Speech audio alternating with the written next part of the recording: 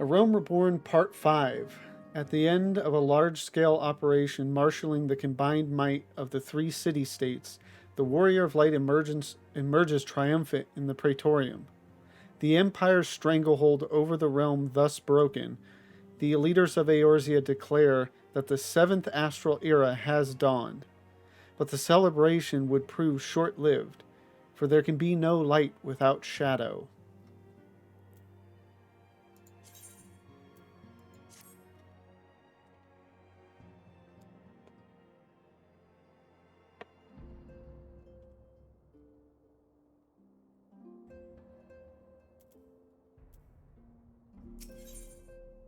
The price of principles.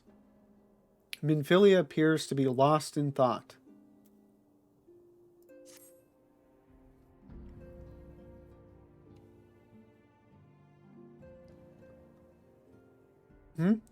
Oh. Ooh. Lavenza, it pleases me to see you well.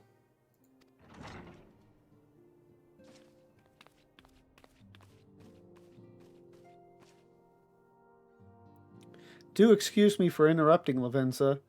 My lady, the gentleman from Ashgana Exports has just arrived. I understand now why you didn't want to receive him. You did well, Tataru. Please inform the guards that we will not be receiving any further guests this evening. Thank you, my lady.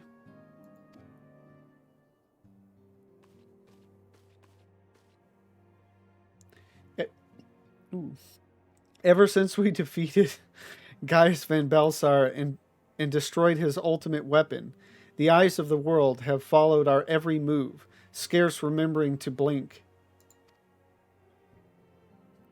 Where once we worked in secret, with precious few friends and all too many enemies, we are now besieged by benefactors, each one more eager than the last to offer us his complete support. A true embarrassment of riches.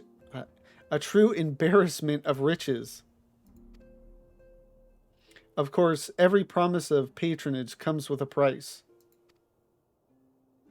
Some make their intentions known from the start, while others endeavor to engage us more subtly. Dress it how they will, the message is ever the same. We shall help you, but only if you help us. I mean, isn't that kind of the... I mean, not even the way of MMOs, just the way of games in general. I mean, particularly MMOs, RPGs. The gentleman Tataru spoke of was more brazen than most. In exchange for certain supplies, he would have us resolve a business dispute. Naturally, I refused him, as I have every other merchant of his ilk. Alas, the Syndicate's overtures are not so easily rejected. When we formed the Scions of the Seventh Dawn, it was with the goal of serving Eorzea, not the interests of individual Eorzeans. Our neutrality is fundamental to our cause.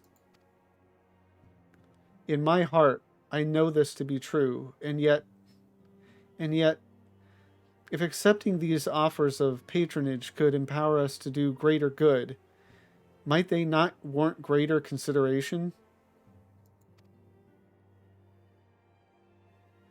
Our Baldessian colleagues have been generous beyond measure, but we cannot expect them to... Forgive me, I did not mean to burden you so.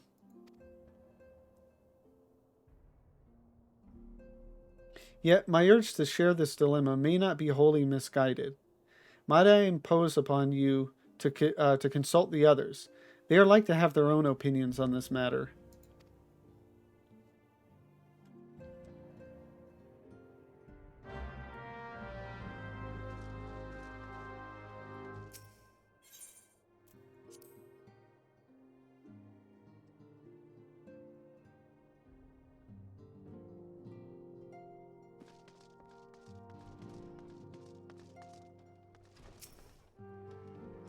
The nerve of some petitioners, engaging us as we were a band of common mercenaries. I should be glad to refuse them all without a second thought.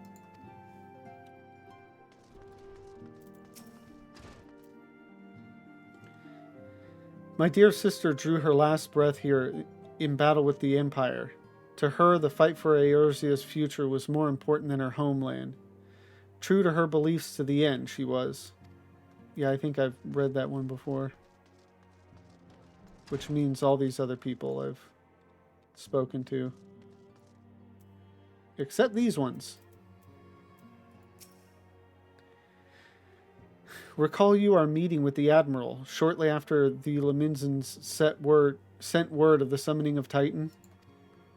Then mayhap you also recall my words to our host.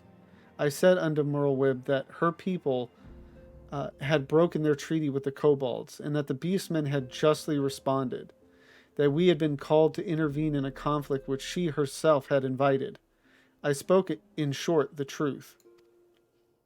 And wherefore did I speak it? Because owing no allegiance to Limsa, I felt no compulsion to allow the Leminzans to distort the facts to fit a narrative which justified their actions and absolved them of guilt. Upon this subject, Momfilia can expect a similar reply. Our many dalliances with the city-states have already weakened our claim to neutrality, but the path she contemplates would see us relinquish it entirely. Fortune begets power, and power fortune. That we, and especially you, have power is beyond doubt. The question is what to do with it. You may be interested to know that there is a growing belief amongst the refugees that Alamigo could be liberated, if only the Scions would commit their strength to the cause. Yet theirs is but one of many causes. We stand at a crossroads, Lavenza. Each path is paved with good intentions, but where they lead is far from clear. Well, I mean, if it makes any difference, we'll get to Alamigo eventually.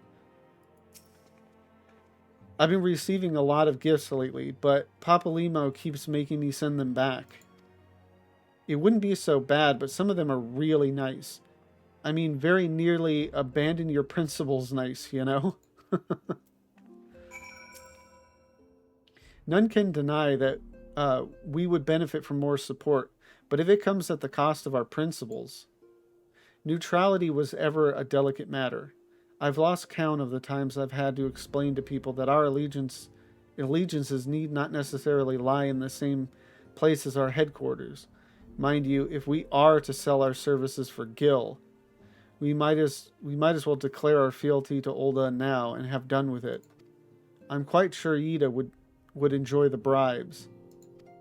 Yeah, and now I think, now that I'm hearing that, I think that's why they moved to Mordona, to separate themselves from the connection to any city-state. 'Tis the lot of the powerful to attract the covetous as well as the needy. Thus doth prudence dictate that those with power proffer aid with one hand, whilst the other resteth ever on their hilt.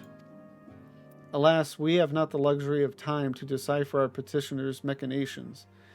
Nay, not while the beast tribes do labor unseen, defiant in defeat, to raise up their fallen primals once more. Doubt not that they shall return, stronger and bolder both, nor that we shall be the ones to meet them. This sacred charge shall ever be ours. 'Tis but a pity we are so few and our fortunes so finite. Ooh, back to Alphino.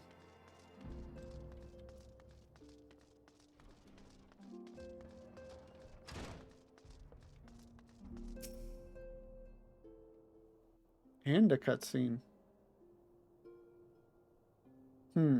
This situation is not wholly unexpected. I too have given much thought to our organization's future, though it would seem I have reached a different conclusion. Mayhap it is time I made my feelings known to the antecedent. Come along, Lavenza.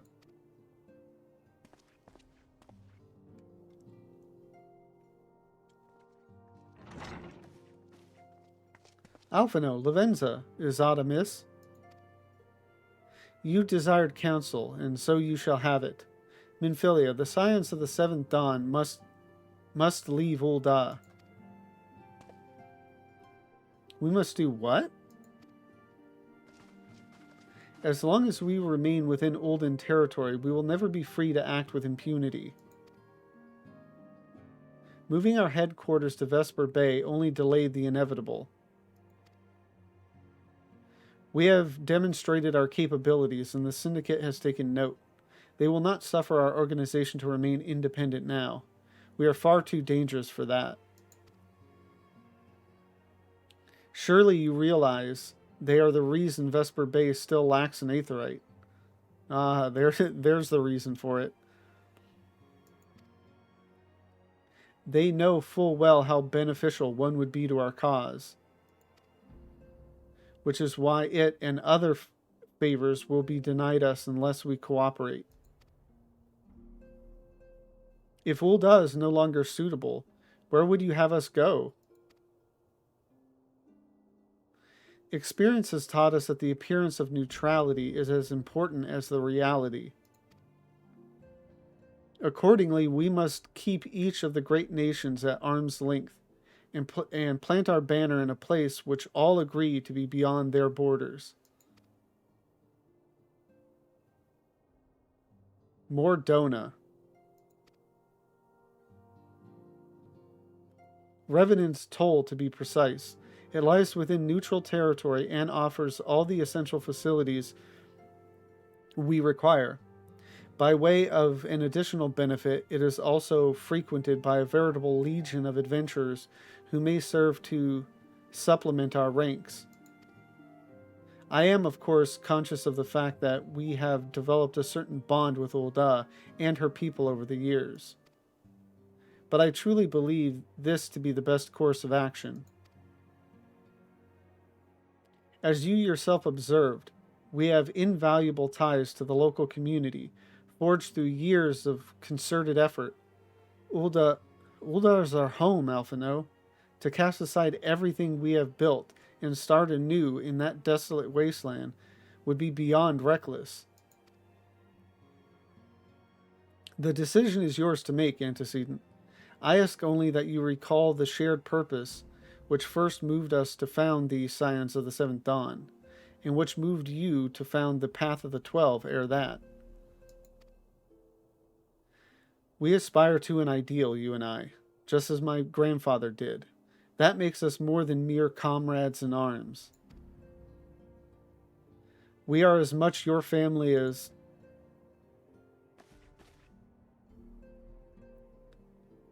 That will be all, Alphino. I am sure you have some familial affairs of your own to attend to. Your concern is most generous, but no, I have left them in the hands of men better suited to the task than I. I could not very well allow my personal affairs to come before the needs of the Order, after all. And I think his familial concerns are taken care of. We did that last night.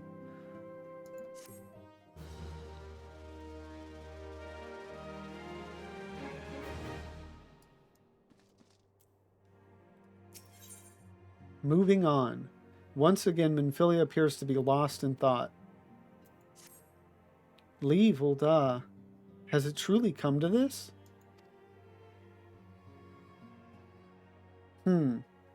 Oh, Lavenza, pray attend to Alphino.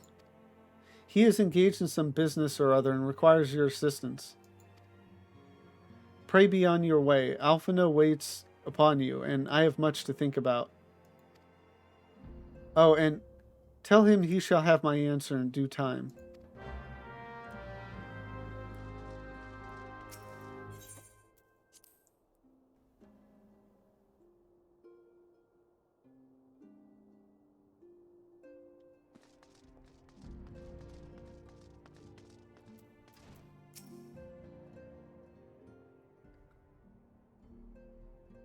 Confound it. She knows what must be done, and still she hesitates. All because of these fanciful rumors. I should explain. Momfilia's mother, well, adoptive mother, was among the great many who perished during the calamity. Are we talking about the same person? Because I don't think she's had multiple adoptive mothers. Flamen was her name, though you may know her better as the songstress of Ul'dah. She was a performer of singular talent, and much beloved by the people of Eorzea, not to mention a certain Charlian minstrel. Okay, so same person, and she's not dead, though I forgot about that they thought she was dead, so many details I've missed or forgotten. As you may imagine, the news of her passing was greeted with shock and disbelief by her adoring followers, many of whom refused to acknowledge what had happened. That her body was never found only served to encourage speculation.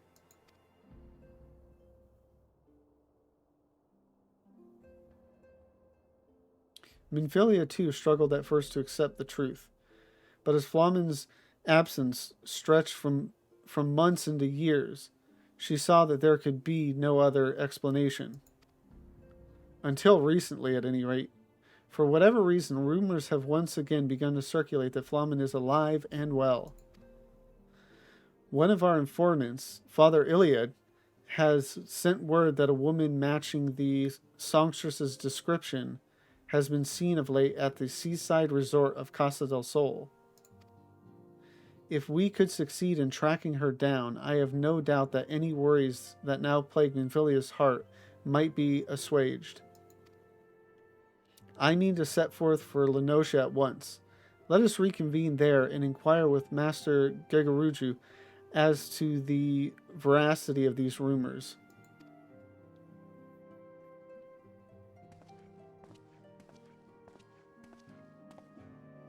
See, and it's nice now going through all this story at once, because I'm sure when I originally did this quest, I had completely forgot who Iliad was.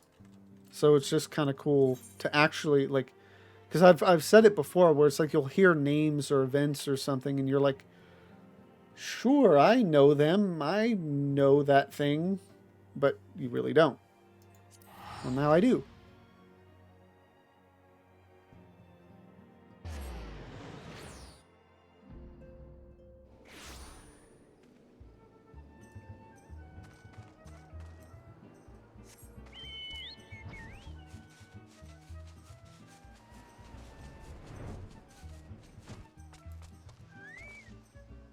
We got Alfie here. Ah, you've arrived. Let us see if Master Gegaruju can shine any light onto the rumors regarding Flamen. Ah, oh sweet siren of the sands, my Makote muse. Why have you forsaken me? Titan's Bane. I mean, Lavenza, what brings you to my humble resort? Flamen? You mean to tell me the goddess made flesh who dwelt among us until so very recently was the songstress of Ul'dah? Egads, woman. If I had known that, I would have chained her to my bedpost and never let her leave. Yeesh. Oh, for shame. To think that she now plies her trade for the riffraff off to the west, or wherever she said she was going. It's a tragedy. It's a tragedy, I say. A tragedy. West, is it? Thank you, Master Gegaruju. Your information will serve us well. That said, there are any number of places she could be. I shall begin my search by the docks and see if any witnesses might have some knowledge to spare. I would be most appreciative if you could travel on to Wineport and do the same.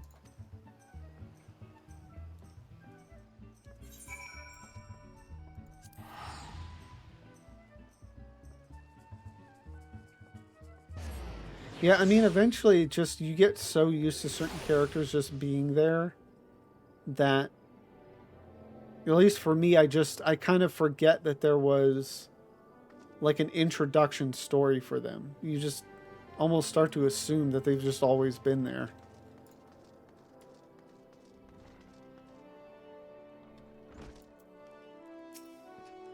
Well, if it isn't Lavenza, the savior of Wineport, To what do we owe the pleasure?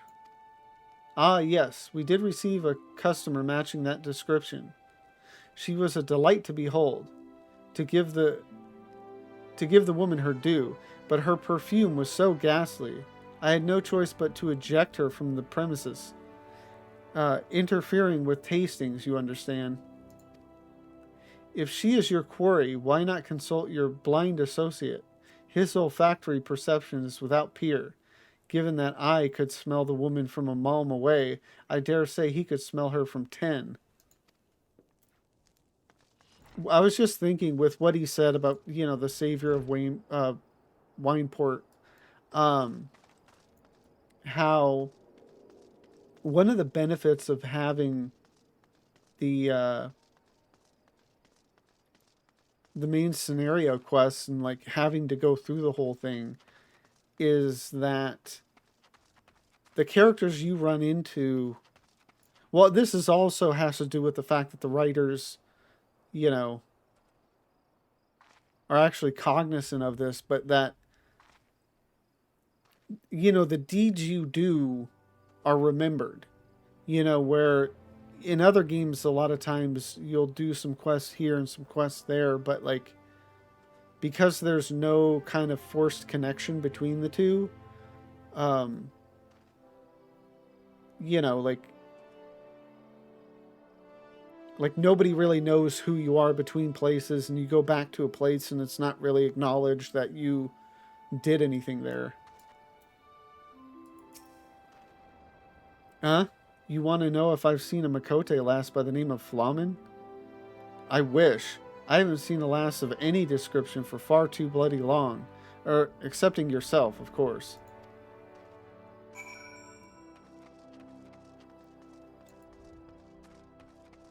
I mean, even the acknowledgement of your character's gender is, a nice touch.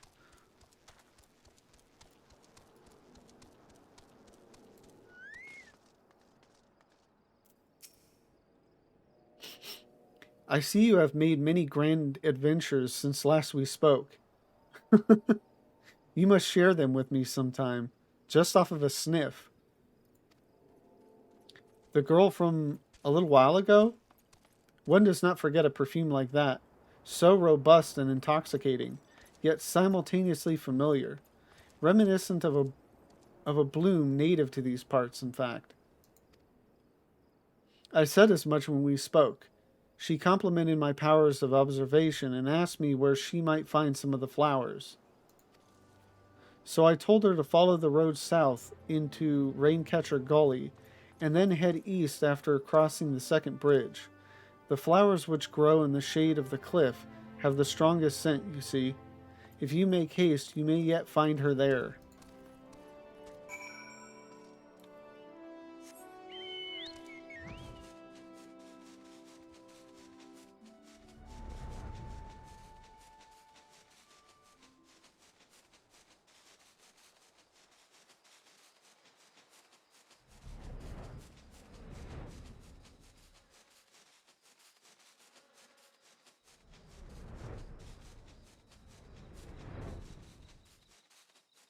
Oh, gonna have to fight something.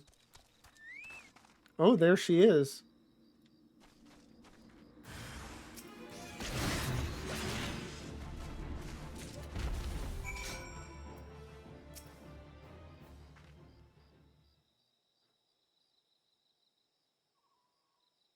I am in your debt, stranger. I did not realize my activities had aroused the Gubu's ire until it was too late. Their oils can be used to make a perfume, you see, and Flamen, I don't. Who are you? Whom do you serve?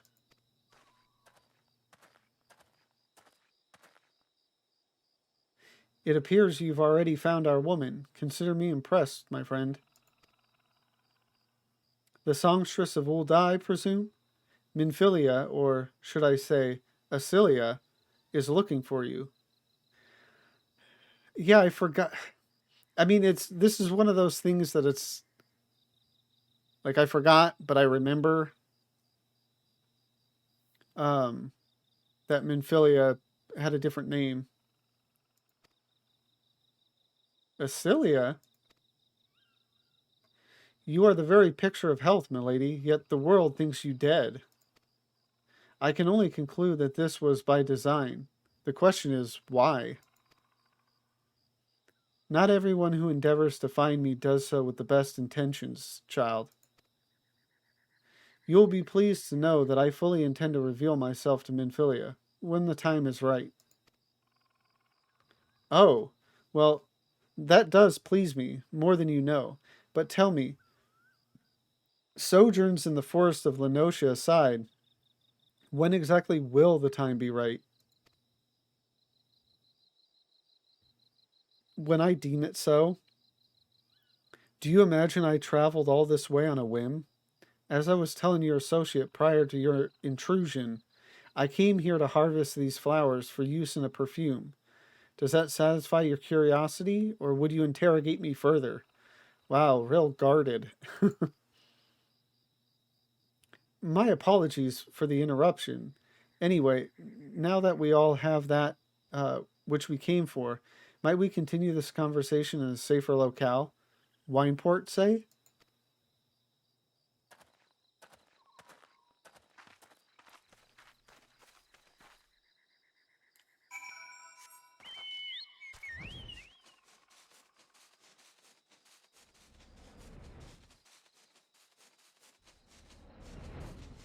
I was just thinking, I don't know what got me onto it, but I mean, I guess it was just how Flamen was talking to Alphino.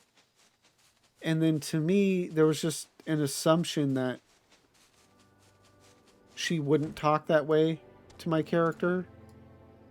And that got me thinking, is there anybody that doesn't like the Warrior of Light?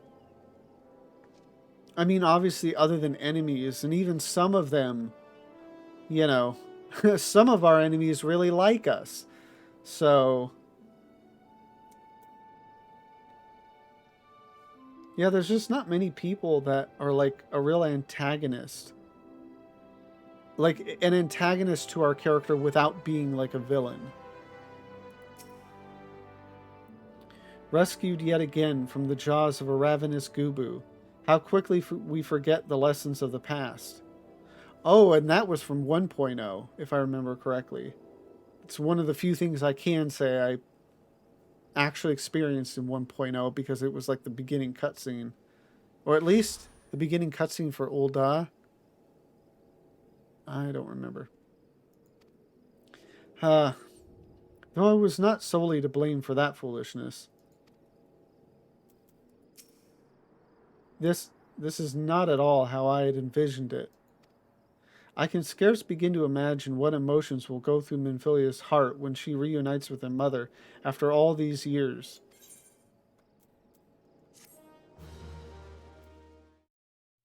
Thank you all for watching. I've been having a great time going back through the story again, and I hope you have too.